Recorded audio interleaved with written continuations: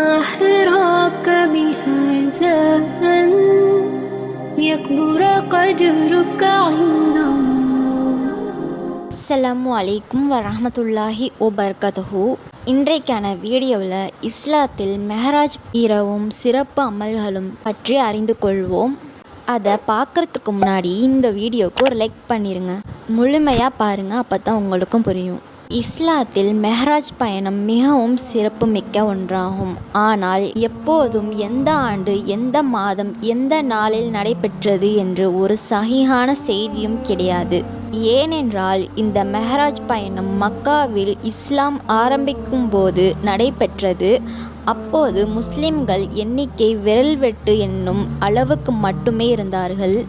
சிறப்புமிக்க மெஹராஜ் பயணம் இருந்தாலும் இது எந்த நாளில் நடைபெற்றது என்று யாருமே ஞாபகம் வைத்திருக்கவில்லை, குறிப்பும் எழுதி வைத்து கொள்ளவில்லை, நபி ஸல்லல்லாஹு அலைஹி வஸல்லம் அவர்கள் உட்பட. அல்லாஹ் பாதுகாக்கணும். இன்று மார்க்க விளக்கம் இல்லாத மக்களிடையே ரஜப் 27 தான் மெஹராஜ் இரவு என்று பொய்யான செய்திகளை எல்லாம் கூறி மக்களை ஏமாற்றி வருகின்றார்கள். இந்த நாளில் சிறப்பு தொழுகை, நோன்பு, திக்ர், துஆ என்று அல்லாஹ் பாதுகாக்கணும். இஸ்லாம் சொல்லித்தராத அனைத்தும் இவர்களே சுயமாக உருவாக்கி கொண்டு அமல் செய்கின்றார்கள். ஆனால் இது தெளிவான பித்அத்தாகும். இதற்கும் இஸ்லாத்திற்கும் எந்த சம்பந்தமும் கிடையாது. மெஹராஜ் நோன்பு வைக்கணும்னு சொல்லுவாங்க. மெஹராஜ் அன்று ஒரு நாள் நோன்பு வைக்கின்றார்கள். சில ஊர்களில் இதற்கு கீழே உள்ள ஹதீஸ்களை ஆதாரம் காட்டுகின்றார்கள். ரஜப் மாதத்தில் ஒரு இரவும் பகலும் இருக்கின்றது. அத்தினத்தில் பகலில் நோன்பு வைத்து இரவில் நின்று வணங்கினால் 100 ஆண்டுகள் நோன்பு வைத்து வணங்கிய கூலி கிடைக்கும். அவ்விரவு ரஜப் 27வது இரவாகும். அந்நாளில்தான் அல்லாஹ் நபி ஸல்லல்லாஹு அலைஹி வஸல்லம் அவர்களை நபியாக அனுப்பி வைத்தான். இந்த ஹதீஸ் மிகவும் பலகீனமானதாகும். இந்த ஹதீஸை பதிவு செய்த இமாம் பஹீர் அலி அவர்களே இந்த ஹதீஸ் மிகவும் பலகீனமானதாகும். இந்த ஹதீஸை அறிவிக்கும் அறிவிப்பாளர் வரிசையில் சந்தேகம் உள்ளது என்று கூறியுள்ளார்கள். மெஹராஜ் இரவு நோன்பு சம்பந்தமாக வரும் ஹதீஸ் பொறுத்தவரை இது இட்டுக்கட்டப்பட்ட செய்தியாகும் என இமாம் இப்னுல் ஹைஸிர் அலி அவர்கள் கூறியுள்ளார்கள். நிச்சயமாக ரஜப் மாதம் ஒரு மகத்தான மாதமாகும். எவர் அதில் ஒரு நாள் நோன்பு நோட்பாரோ அவருக்கு 1000 வருடம் நோன்பு நோற்ற நன்மை கிடைக்கும். இதுவும் பொய்யான செய்தியாகும்.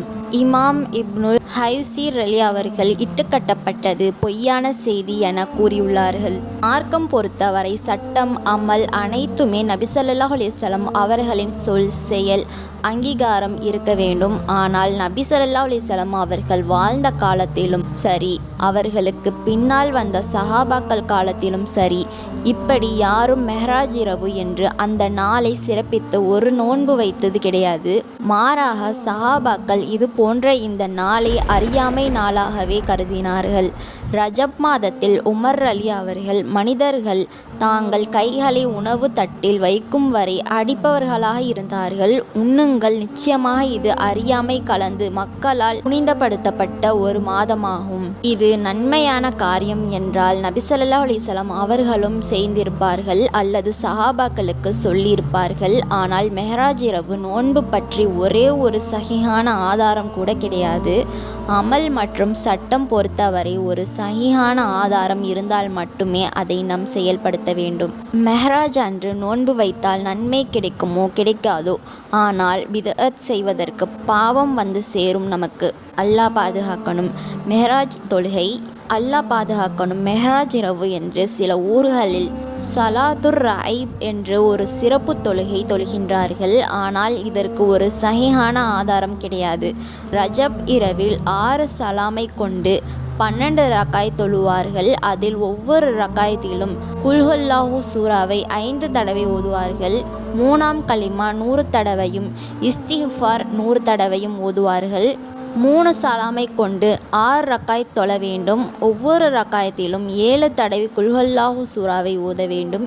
இப்படி ஒரு தொழுகை சில ஊர்களில் தொழுகின்றார்கள். ஆனால் இதற்கு எல்லாம் எந்த அடிப்படை ஒரு சஹீஹான ஆதாரமும் கிடையாது. நபி ஸல்லல்லாஹு அலைஹி வஸல்லம் அவர்கள் வாழ்ந்த காலத்திலும் இப்படி ஒரு தொழுகை இருக்கவில்லை. இவர்களுக்கு பின்னால் வந்த சஹாபாக்கள், தாபின்கள், தாபா தாபின்கள் அவர்கள் காலத்திலும் இப்படி ஒரு தொழுகை இருக்கவில்லை.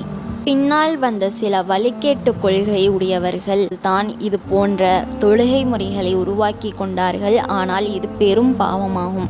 ரஜப் மாதம் என்று நபி ஸல்லல்லாஹு அலைஹி வஸல்லம் அவர்கள் யாருக்கும் எந்த தொழுகை முறையையும் கற்றுக் கொடுக்கவில்லை. இதற்கு எந்த ஆதாரமும் கிடையாது. இன்னும் கூற வேண்டும் என்றால் இந்த சலாத்துர் ராய் என்கிற தொழுகை முறைக்கும் அல்லது இந்த சிறப்பு தொழுகைக்கும் இஸ்லாத்திற்கும் எந்த சம்பந்தமும் கிடையாது. இது போன்ற சஹீஹான ஆதாரம் இல்லாமல் பித்அத் புதுமையாக செய்யும் அமலை அல்லாஹ் ஏற்றுக்கொள்வானா? நபி ஸல்லல்லாஹு அலைஹி வஸல்லம் அவர்கள் கூறினார்கள், யார் மார்க்கத்தில் இல்லாத செயல் ஒன்றை புதிதாக உருவாக்குகின்றானோ அவன் மீது அல்லாஹ்வின் சாபமும் வானவர்கள் மற்றும் மக்கள் அனைவரின் சாபமும் ஏற்படும். இது ஒரு கடுமையான எச்சரிக்கை. அவன் செய்த கடுமையான வழிபாடு மற்றும் கூடுதலான வழிபாடு எதையுமே அல்லாஹ் ஏற்க மாட்டான். நூல் முஸ்லிம் 2650. நாம் என்னத்தான் விடிய விடிய மெஹராஜ் சிறப்பு என்று அமல் செய்தாலும் அதை எதையும் ஏற்க மாட்டான். மாறாக பாவம்தான் நமக்கு சேரும். அல்லாஹ் பாதுகாக்கணும் நம்மை. இஸ்லாம் என்கிற பெயரில் இன்றும் பலர் புதிய புதிய செயல்களை செய்கின்றார்கள். இதில் எது சரி தவறு என்று நாம் எப்படி அறிந்து கொள்வது? இஸ்லாம் என்பது அல் குர்ஆன் மற்றும் சஹீஹான ஹதீஸ்களை மட்டும் அடிப்படையாக கொண்டதாகும். இஸ்லாத்தில் ஒன்றை செய்ய வேண்டும் அல்லது செய்யக்கூடாது, ஒரு செயலை செய்தால் இவ்வளவு நன்மை கிடைக்கும் மற்றும் பாவம் செய்தால் இவ்வளோ தண்டனை கிடைக்கும் என்று கூற அல்லாஹுவுக்கும் அவனது தூதருக்கும் மட்டுமே அனுமதி உண்டு. இதை தவிர்த்து வேறு யாருக்கும் உரிமை கிடையாது.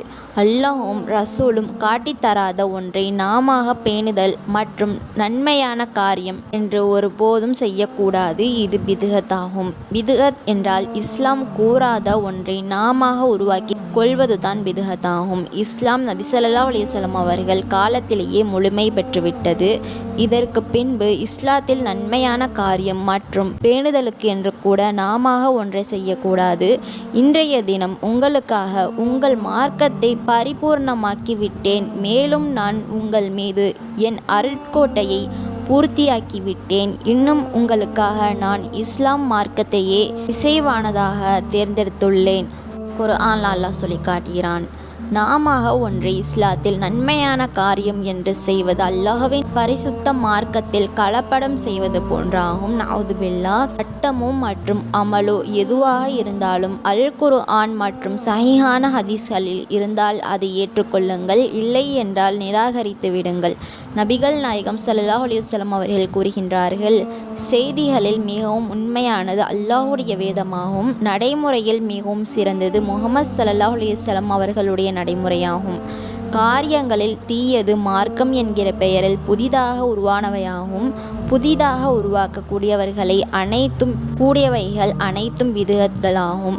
ஒவ்வொரு பித்அத்தும் வழிகேடாகும். ஒவ்வொரு வழிகேடும் நரகத்தில் கொண்டு சேர்க்கும். நூல் நசஈ 1560. மெஹராஜ் உணவும் இடமும். மெஹராஜ் இரவு என்று மற்றும் அந்த நாளை சிறப்பித்து கொடுக்கும் உணவுகளை நாம் உண்ணக்கூடாது.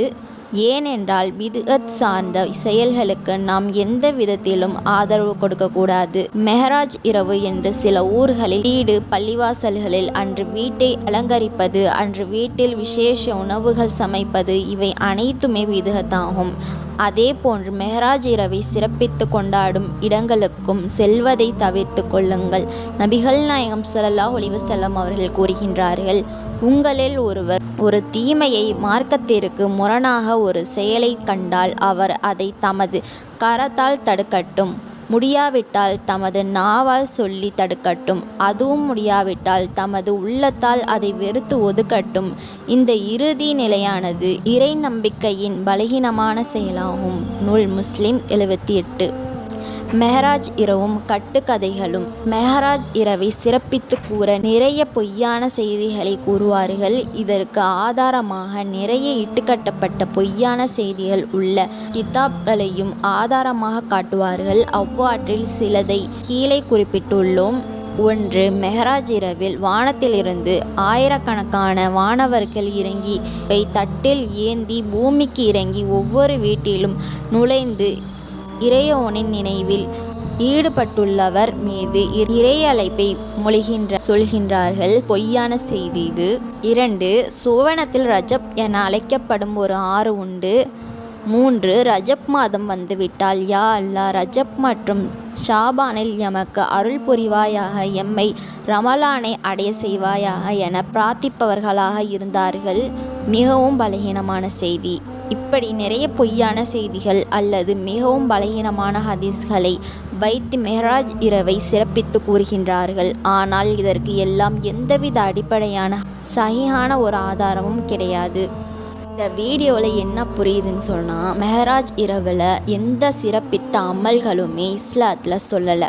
மெஹராஜ் பயணம் அப்படிங்கிறது அல்லாஹுவுக்கும் ரசூலுக்கும் மட்டுமே அறிந்த ஒரு விஷயமாகும். இந்த வீடியோ உங்களுக்கு பிடிச்சிருந்ததுன்னா லைக் பண்ணுங்கள் அண்ட் சப்ஸ்கிரைப் பண்ணிக்கோங்க. அஸ்ஸலாமு அலைக்கும் வரஹ்மத்துல்லாஹி வபரகாத்துஹு.